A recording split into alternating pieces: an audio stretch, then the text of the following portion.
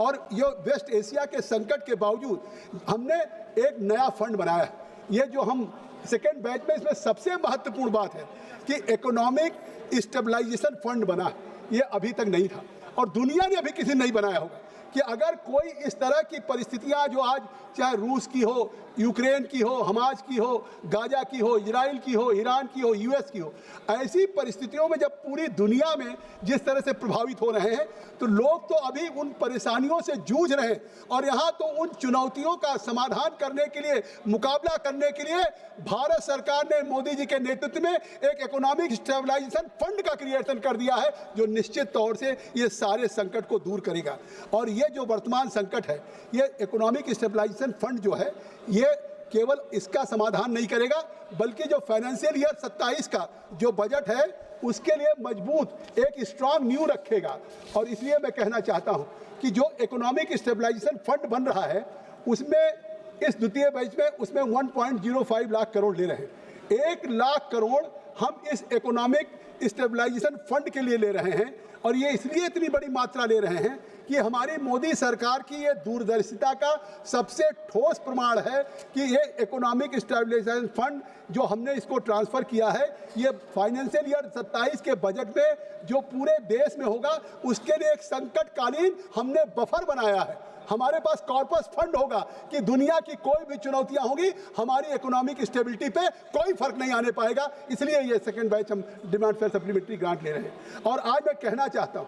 कि जो जिस तरीके का असर है और इसको हम जहां इकोनॉमिक स्टेबलाइजेशन फंड में 1.05 लाख करोड़ ले रहे हैं, उसी तरह से दूसरे भी हम कर रहे हैं। किसी देश की करेंसी का पैमाना क्या होता है? उस करेंसी का पैमाना उसके पास गोल्ड रिजर्व कितना है, उस गोल्ड रिजर्व से होता है। तो आज हमारी करेंसी स्ट्रांग रहे इसलिए 1703 करोड़ हमने सॉवरेन गोल्ड बॉन्ड में लिया है जिससे महंगाई पे कंट्रोल है। मैं आगे बताऊंगा कि क्या 2014-15 में महंगाई इन्फ्लेशन थी और आज क्या इन्फ्लेशन है, लेकिन अभी इसीलिए लिया है हमारी सरकार ने कि हम सॉवरेन गोल्ड फंड में बॉन्ड में डालेंगे। इसी तरह से जो हम निर्यात कर लेते हैं, निर्यात ऋण पे जो ब्याज होती है उस पर 3788 करोड़ 3788 करोड़ हमने लिया है। 5 लाख जो एमएसएमई है जिसकी चिंता इस सरकार को हुई, नहीं तो इस देश से जो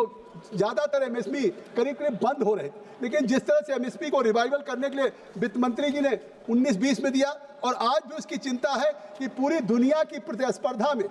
और जिस तरह से प्रधानमंत्री मोदी जी ने पिछले दिनों कहा कि हमारे एमएसएमई के प्रोडक्ट्स केवल प्रोडक्ट्स अपने लिए ना हो, दुनिया की बाजारों में जब जाएं तो वो दुनिया की बाजारों की प्रतिस्पर्धा में क्वालिटी में सबसे बेहतर हो। इसलिए इसको आज किया जा रहा है कि 3788 करोड़ ले रहे हैं। इसी तरह से हम नेशनल सिक्योरिटी के फंड के लिए कि टेक्नोलॉजी उसमें जिस तरह से पिछले दिनों गृह मंत्री जी ने कहा था कि हम 26 तक हम देश से नक्सल इशू को ख़त्म कर देंगे। और आज ये इसलिए है कि जिस तरह से उसमें सिक्योरिटी के लिए आज हम टेक्नोलॉजी जिस तरह से इनोवेशन कर रहे हैं उसके फंड के लिए भी 3000 करोड़ ले रहे हैं। तो इससे साफ है कि अगर आज चाहे पहले रूस यूक्रेन का जो एक युद्ध शुरू हुआ वो पहला पूरी दुनिया के लिए झटका था, आज जिस तरह से ईरान यूएस इजराइल का हुआ उसमें जिस तरीके से आज सप्लाई चेन डिस्टर्ब हो रही है और आज तेल का संकट बढ़ रहा है, तो ये आज हमारी सरकार की एक दूरदर्शिता का जीता जागता प्रमाण है कि जब दुनिया आज संकट से जूझ रही,